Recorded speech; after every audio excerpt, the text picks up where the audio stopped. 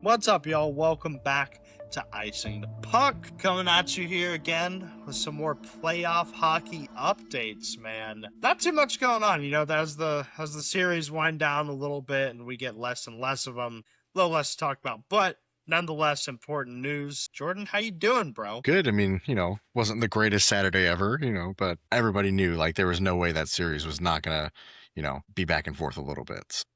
Yep. But, you know, spirits are high. It's, confidence is high still. It's just hey, two good teams going at it. Yeah, It's we just could good start hockey. there. Obviously, elephant in the room, Colorado got beat. Probably the first time it is the first time they've gotten beat this playoff, but they got beat pretty bad too. Yeah. Kind of looked like an off game from the Avs a little bit. Yeah, Everybody there was gets just tired. no effort whatsoever. And I mean, some of the goals were not like bad goals, so it's really not even a goaltending thing. I think the goaltending change was really just kind of to get some new life going in the team, not, Yeah. but I mean, go back to the series one, Minnesota had a game like that against Dallas too. So, I mean, it's bound to happen. I mean, these are, like I said, these are two really good teams going at it. Yeah. This is definitely going to be, a 6 or 7 game series. So, I mean, there's no way that you're going to get out of it I could definitely, without taking a couple of losses. I don't know about 7 games. Colorado loves to come back. They love to just put the series, down under, finish it up. But I mean, once again, you're talking about, putting new life into the team for Colorado. Minnesota got a surge this game too. So it looks like they have some new life. Some, familiar faces show up. Kaprizov with a 3-point night. Obviously, Quinn Hughes doing his thing. Boldy had a goal. There's a team like once you can't let those guys get going. You kind of have to keep the animal in the cage a little bit when it comes to their superstars, but hey, you let them loose, there they go. So good win by Minnesota fans that actually tune into the podcast. So you know who you are. They rage baited me a little bit on the TikTok last week. Yeah. It's okay, guys. You can choose to not be a Minnesota Wild fan. You're not forced to be a fan of that team. It's okay. Some of There them are are there. better options. I don't know what it's like in Minnesota. I'd imagine it's cold and bleak, makes you make bad decisions, including being a Wild fan. But I digress. But yeah, I mean, hey, once again, all these teams in the playoff, they face the risk of physical, limitation. That's what happens. Colorado got caught on off night. They're probably exhausted. They've been playing a lot of hockey and winning a lot of hockey. It takes a lot to win. Yeah, so. Honestly, I think it was like the how long of a break there was. Yeah. In between, which apparently was due to a scheduling issue with the arena, even though I don't think they share an arena with another team. It was like another event in the arena or something like that. Oh, the Timberwolves in the playoffs? I don't know. The basketball team? I don't do that. I don't know if they share an arena with them or not. I don't know. Anyway, I have no clue. I saw something about it being a scheduling issue with the. It's like that's why there was like 4 days between games, which is super weird. Yeah. Yeah. That was a long time, a really long time. I find myself wondering, like, with the Colorado games and then with the Buffalo games, I'm like, when are they playing next? Like, it's taking forever. Yeah, it's like we have a bunch of these series, and these series are also not sweeps, but some of these series seems like they're just starting, and you have Carolina over here that's already done. Done. Yeah, let's move on to that. One thing I want to start off real quick here. I'm usually a Carolina hater. A lot of people know that I'm a Carolina sports hater, for a couple of reasons, but we don't need to get into any of that. I actually want to give the Hurricanes their flowers. Okay? The Hurricanes, great team. And I'm done with the coping. I'm done with saying, oh, they're playing the easy teams. Oh, they're getting the easy wins, yada, yada, yada. I see a lot of that on the internet. I'm giving the Canes their flowers, man. 2 sweeps in a row. I mean, the first sweep, Ottawa, kind of an easy opponent. Philly gave them a run for their money for half of this series, okay? But I think the Hurricanes might be far and away the Cup favorite here. Like, not to win the Cup, but to go to it out of the East. And I think that's pretty obvious for every fan here, until my Canadians have something to say about it. But, yeah, like for real, I think the Hurricanes could possibly sweep one of the next teams that they have to play. Possibly. I don't know. Like, this team is the depth on Carolina rivals Colorado. It does. They have incredible depth. They have a great team. They put together a good roster. I think this is the best chance the Hurricanes have at making it and maybe winning a cup. So Yeah, I mean, it's definitely their best team that they've had, their best roster they've had in a while, and it is the easiest, I'll say it is the easiest path they've ever had to through the playoffs. And that's the truth. I mean, the East, I think, is kind of weak this year in the playoffs. They might have seemed like they were a super strong, conference in the regular season, but I think a lot of these teams are still, a lot of them are very inexperienced playoff wise. yeah, At least recently, the teams that are currently existing. And this Carolina team has been in the playoffs every year for the past 6 years or 7 years. yeah, long time. I think 8 maybe. This is their eighth Yeah. consecutive year in the playoffs. So, I mean, you have these players that year over year have been playing in the playoffs. They've been losing, in like the conference finals and stuff like that, but they have more playoff experience than any of the other teams that are still in the playoffs right now. Yeah. And have been that they've played. That kind of stuff does, you have to take that into account when you're looking at it. And again, the only experience they're going to face, the only experienced team they're going to face is in the Stanley Cup final if they make it. Yeah, very true. Well, I mean, this Montreal team made the cup not too long ago, was COVID season, but True. they still made it there. It's a good team. We'll see who they play. The team is pretty different though from that. Yeah, it is. But the only reason I'm, sticking my neck out for Carolina here is because, yeah, they may have an easier path to the cup compared to other years and compared to other teams. But like, if you look at them, like sweeping people in the Stanley Cup playoffs is not easy. It's not and that's the whole thing, because there's going to be a bunch of people like you. Yeah, I'm calling you out on the internet who are going to be like, Carolina's frauds, they don't deserve to be. They had an easy path. The playoffs the format needs to be changed, which is an argument for another day. Well, right now, if they change the playoff format, they would look differently because Carolina has played the number 8th and the number 6th seed in that division. Very true. But still, those are still a number 8 and 6 seed that made it to the playoffs. For a reason. They were good teams, good enough to make the playoffs, and Carolina has swept both of them. It's not easy doing that. So in any sport, and this is totally unrelated. I just, maybe this is worth bringing up. I was looking online today, saw people calling out my Texas Rangers in baseball, saying it was a fluke World Series, saying we had an easy path, saying it was an easy win because we played Diamondbacks. I kind of feel for the Hurricanes a little bit, man. I feel like they're kind of they're getting, pushed down a little bit. They're not getting enough credit that they deserve. All right. Wow. They're not getting enough credit. They're a great team. Never in my years would I have thought you would be here defending Carolina. I don't know if I want to take this further. I'm kind of feeling it's okay. It's okay. You can have this for this round and stuff like that. When Buffalo absolutely destroys them in the conference final. I think Carolina could win the cup. I think they're not making it out of the conference final. They could beat Colorado if they make it. Again, they're not going to make it there. I was a Colorado fan for 1 week. All right, and now I'm back. Dude, your loyalty shifts like crazy. I'm still cheering for Colorado this series. Wow. I'm a little. How do you even stay a fan of any of your teams? That's crazy. I'm loyal to Texas, man. I'm loyal to the game here. But outside of the state, it's kind of just willy-nilly. Whoever's piquing my interest the most, But hopping from one wagon to the other. Yeah. As soon as a team beats Carolina, this team is so amazing. Carolina is trash. Yeah. All the Montreal fans, I'm still here for you, but good luck if you play Carolina. Good luck. I mean, this team is a wagon. So yeah, who are we getting? And I'm on the bandwagon. Yeah, who are we getting? It's not going to be Buffalo. Buffalo. We can go to that series and talk about that series right now because I mean, there's not really much. There was a little bit of close games with Carolina and Philly. Carolina did come out with the win. He said sweeping a team is not easy. Doing twice in a row is not easy either.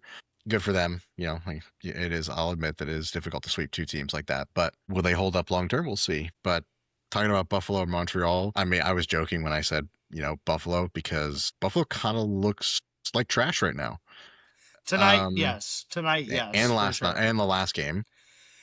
Yeah, for sure. I think a lot of them are hurt. Yeah, I mean, you could see it. The level of play from the first series onto this one is a lot slower. Buffalo's a team that was known for its speed and methodical play and even physicality. I think Buffalo is one of the better all-around play teams this season.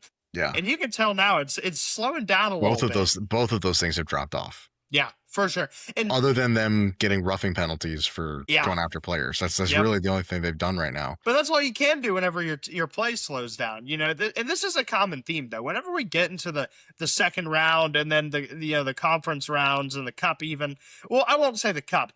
Whenever we get to this second and third round, you know, the play is going to slow down a little bit because these guys are giving it all they got. And it's really until you get to the cup that you kind of get the energy you had in the first round again. I mean, this is just a common theme. Yeah. But yeah, Buffalo looks a little slow. And guess what, man? This is what I was talking about. That youth in Montreal, dude. They have that youth, the endurance. Like, they play fast all the time. You got to keep up with them or they're going to get ahead of you. Yeah, I mean, they're a team that just takes every opportunity to attack. Mm-hmm. They don't try and get super fancy with it. They just you know, every opportunity they have to shoot the puck, they shoot the puck. They are constantly, you know, just almost like not hope plays, but just going for it. I mean, they're like, this probably won't work, but I'm just going to go for it and see what happens. And it's like these kind of chaotic goals that they've been getting, which, hey, a goal is a goal.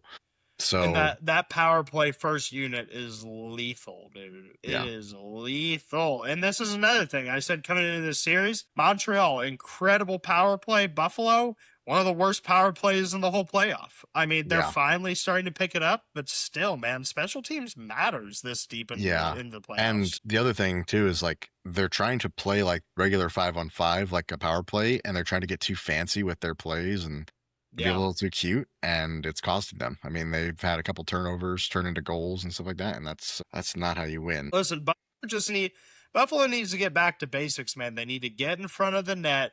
Okay, you know, cut back on the penalties a little bit. I think they'll be all right. I still think this series could go either way. Honestly, like Buffalo has it in them, you know, but the problem is like if they make it to the conference final, they might be a little too beat up. So I was gonna say, if this goes to 7 again for like Montreal, that's gonna be rough. That's two 7-game series in a row. That's rough. And then Carolina will have 2 sweeps, you know, like, but then again, this goes into like, you know, do you want to ride a momentum wave or do you want to have extra rest? Yeah, I think it depends on how the team is built. For Carolina, maybe that extra rest is better for some of the veteran guys. Like, they don't need to ride the momentum as much. But for both of these teams, like, yeah, you got to ride that wave if you're going to go play a stacked Carolina team. I mean, things are getting really interesting in the East. Yeah. So yeah, I mean, I do think either of these teams could be a problem for Carolina, just because of the way that they play offensively. But again, that's going to come down to who has the better defense. And I mean, Carolina goaltending as well.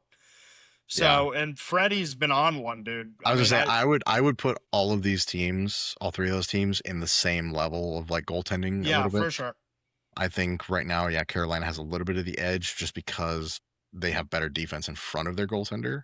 They block every shot. Yeah. Every shot, dude. It's nuts. And not just from the defenseman. It's every player on that team blocks every shot. Like, it's crazy. It's crazy, man. But, you know, like, credit to your Avs, too. Your Avs do the same thing. There's a lot of blocked shots. Like, and that it shows, like, who wants it more. Like, who wants it. And the veteran presence on teams matters, too, because calling out young players, man. Young players don't block shots. They don't. They don't. I was watching this clip the other day. This is funny, super random. I think it was on Chicklets or whatever, but they had an old Dallas Stars player on there. He was talking about Sergei Zubov, you know, Hall of Fame defenseman for the Stars. He said that he would go in the shower. And I don't know if this is when this started. This is like the late 2000s. He'd go in the shower and he'd like smoke cigarettes and whatever, because the shower would mask the smell. Says the guy, y'all can go look at the Chicklets clip. It's somewhere, but he says to the guy, he's like, hey, you know, I see you out there. You're blocking shots. And the defenseman's like, yeah, I am. That's like, I'm trying to play my role on the team. He goes, yeah, cut that out. Your career's going to end way too short. Stop blocking shots. So I don't know, man. Maybe the young players caught on to something, but maybe. But I mean, there's a lot of old heads that blocked a lot of shots and had long careers. So that's true. You know, also, but the thing is, those shots weren't as hard and as fast as they, you know, back as then. they are now. Yeah. You know, sure. I mean, you get like 90-mile-an-hour pucks at you every time. 102-mile-an-hour slap shot from Tage Thompson coming at your shin. Yeah, exactly. Yeah. I'd be terrified. Yeah, I wouldn't want to block that either. No matter how much padding you have. I say we move on to our last series here, guys. Like we said, this is going to be a short episode. We're just discussing these series, you know. But we got Vegas and Anaheim Obviously Vegas leads the series 2-1. They're able to sneak one away at home, and then they got one in Anaheim the other night. Anaheim picks up a win in Vegas. Kind of going back and forth here. I had some Vegas fans scream at me on the TikTok today. They're very mad that we thought Utah had a chance and that we think Anaheim has a chance. To their credit, I will say this: Anaheim, the colors are showing a little bit. The green colors of being new to this are showing a little bit. They're not playing as intense as I think they were in the first round against Edmonton. Maybe just because that was more of an offensive series with Edmonton. But Vegas definitely, we say it all the time, the switch just flipped with Torts getting hired. I think Vegas is playing great. I think Vegas is going to take this one and go play Colorado. Well, yeah. I say that. But, Minnesota did have that win. But I think Vegas is going to go to the conference final. I have Vegas taking this series. Anaheim, unless they could really turn this around and get their energy back, I don't know, man. I'm curious to see how Game 4 goes with Mark Stone out. Yeah. That's going to be interesting. That's later tonight. That is a big missing piece, for sure. Yeah. That and the rest of their, cap finagling with it that they can't do this season. Can't do it anymore. Yeah. But I don't know. This is the most level playing field that Vegas has had in the past couple of years. Very true. It's, yeah. I mean, I definitely think that I think Anaheim is playing down to Vegas. I think Anaheim's a better team than Vegas this year, even though at the beginning of the season, I thought Vegas was going to be a better team. I think throughout the season, even though they did win the division, I think Anaheim looked like a more competent team throughout the season. They weren't overtime merchants like a lot of people say Vegas and other teams in the Pacific were. But yeah, I mean, it's tough to say because like that last game really did show like the offensive capabilities of Vegas, but then also it was kind of like a downhill like cascading effect. Like as soon as they were up a couple goals, it was just like you get in your head, they get in their head and it's just like mentally hard to come back from that. Well, and then they get they're like, okay, we really have to score here. And they kind of overcommit and it ends up badly because they, play it wrong. I think kind of maybe if they reset on Game 4, I think they could tie the series up. And this could be another one I could see going to 7 because of how, yes, Anaheim is a younger, less experienced team, but I don't know, man, just kind of some of the way the way that they play, I just feel it's a little more complete than Vegas this year. And I don't know, I could go either way on this series. I don't care who from this series moves on because I think that there's no way they beat Colorado or Minnesota, whoever goes to the next round, because I think those teams are I fully agree. Absolute stacked. I fully agree. If a Pacific team makes it to the Cup this year, that's like a full-blown Mickey Mouse run right there, man. That is interesting stuff. Yeah, I agree with you. I think Vegas is playing, or Anaheim is playing a little down. One thing that's shaky, with Anaheim, I think it's just fatigue. One thing that's shaky with Vegas, that's been shaky all playoffs, is goaltending. Carter Hart is hot or cold, depending on the night. I don't think they go to Aiden Hill. I don't think that's even a forethought in their mind. But, goaltending has been an issue for them all year. And they knew it was going to follow them in the playoffs. I think obviously they have better coaching now, kind of better, the system is better for their players under Tortorella, and that's why we're seeing the improvement. But defensively, they're still a little shaky. Better than they were early in the year, but still shaky, and the goaltending is inconsistent. So I'm interested to see, because I agree, this one could go to 7. I agree with you. I think Anaheim overall is a better team. But Vegas is just showing up. And I said it last week, too. Like, Vegas has done the dance before. They've won a cup, and this roster has seen a lot of hockey, a lot of playoff hockey, too. I do think that Mark Stone being out is going to have a huge impact on that team. Oh, because, for sure. Yeah, I mean, he's not always there. He's not always on the score sheet for that team, but he is a part of a lot of their play and kind of he makes scoring chances. And you could say for any captain on any team, like the kind of the backbone of the team in a way of like everything revolves around them. And, teams play differently when their captain's there, for sure. Well, then also they're going to have to shuffle lines a little bit. And these lines have, been pretty consistent with what they've been this playoff, and they have chemistry together. So, losing Mark Stone, you break a chain from that chemistry. So, yeah, it should definitely affect things. Also, the game is in Anaheim too. That adds some controversy. Yeah. Although there is one positive out of this whole thing. Mitch Marner now leads in playoff scoring. Yeah, let's go. He was not the problem in Toronto. Um, I've always been a big Mitch Marner fan. I really do like Mitch Yeah, Marner. Marner gets a little too much hate. I did hear about how apparently, like, in Toronto, all the boys went out for some beers one time, like, before the playoffs started, and bro decided to, like, stay home and play Call of Duty, and that rubbed me the wrong way. So I kind of have this weird little thing about him. I don't know. He just seems like a buzzkill. Like, is he really living in Vegas and he's just playing Call of Duty all the time? Hey, I Like, mean, what's he supposed to be doing? Like, he's a serious guy. He's, chilling with the boys? yeah, but what if he doesn't want to go out? I'll tell you what, dude, like, morale is built between you and the guys when you go out for a couple. That's how I've built, like, the entire relationship with my brother-in-law. Just, like, had a couple, like, couple drinks, our whole relationship of, like, 3 years now, and we're, like, homies. That's, like, how it's built. So maybe Mitch Marner has learned a thing or two. He's also, like, obsessed with his dogs. I respect that. That's pretty chill. So he seems like a nugget. Hey, I'm not trying to hate on Mitch Marner. Just, Sound like a typical Toronto fan, bro. You're over here hating on Mitch Marner because he's gone. once upon a time, I was a Toronto fan. Yeah, of course you were. Of course you were. Bro, you've been a fan of every team in this league at some point. That's not true. That's not true. There are a few that I have not been a fan of. Minnesota, I know.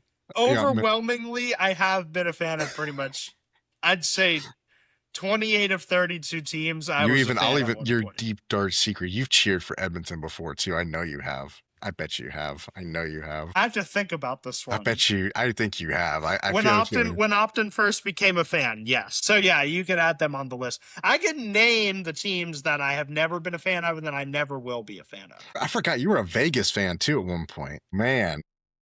Yo, you're exposing me here, dude. People are gonna get so mad, bro. People hate a bandwagon in the media world, dude. I don't really care what people think. It's all fun and games with this guy. All right, it's literally all fun and games. You know what? I figured it out. I know why you were defending Carolina. Because your favorite Dallas Star came from Carolina, bro. One of my old favorite Dallas Stars is on Carolina. Look at the steak, man. Nah, dude, your new favorite Dallas Star player, Gil Rantanen, came from Carolina. Hey, man.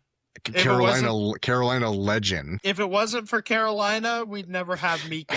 You know what? But here, this is going to make me watch. Next week, I'm going to be just dogging on Carolina because we're going to post this clip. All the comments. Stamkos is better. Stamkos and Miko Rantanen is bad. Like, it's going to happen.